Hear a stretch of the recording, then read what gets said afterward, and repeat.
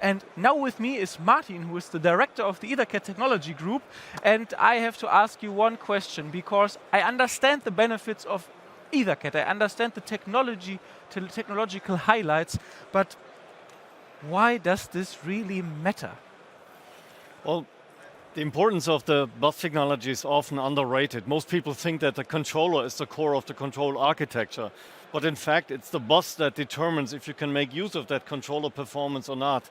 It's the bus technology that also determines what kind of components you can use, especially if you use a technology that's only supported by a few.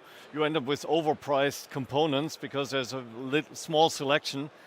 So the bus is the core, the real core of the control architecture, and it cannot be overrated in its importance. Okay, I must admit my question was a bit naive.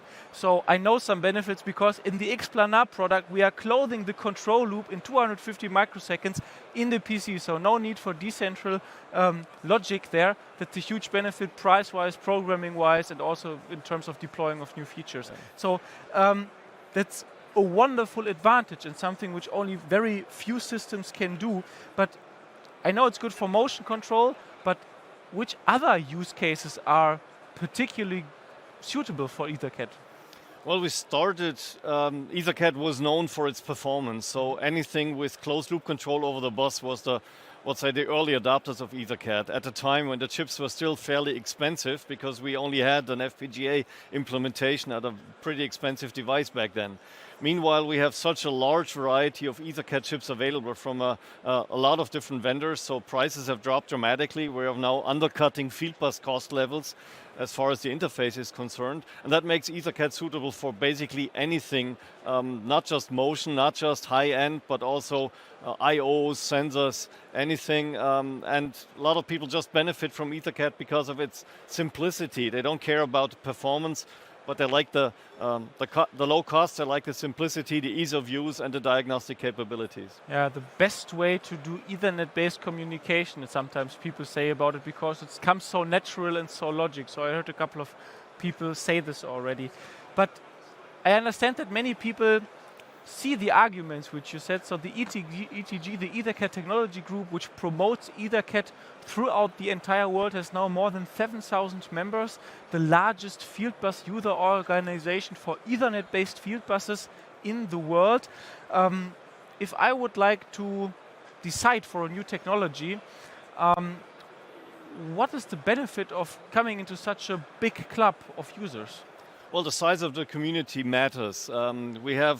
We started in Europe, but meanwhile we have more than 40% of our members from Asia. That makes us Asia's largest feed bus organization. By the way, not just industrial Ethernet, the largest feed bus organization around. And also in the Americas, we are the largest local feed bus organization as well. And that means if you use EtherCAT and you are exporting your application, your machine, to any other region in the world, EtherCAT's there already. It's accepted and it's known.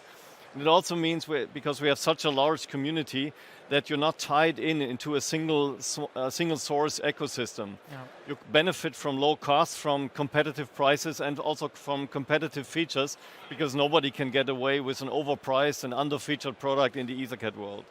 Yeah, that's a good statement. Like openness is, I think, something which is at the core of EtherCAT, but also of backup. So whenever we have a customer, I always show them our interface modules, the EL6 series, which show you how you can go from an EtherCAT branch to the Profibus world, for example. So that's very important, I think, for many people to understand that they are not locked in with this.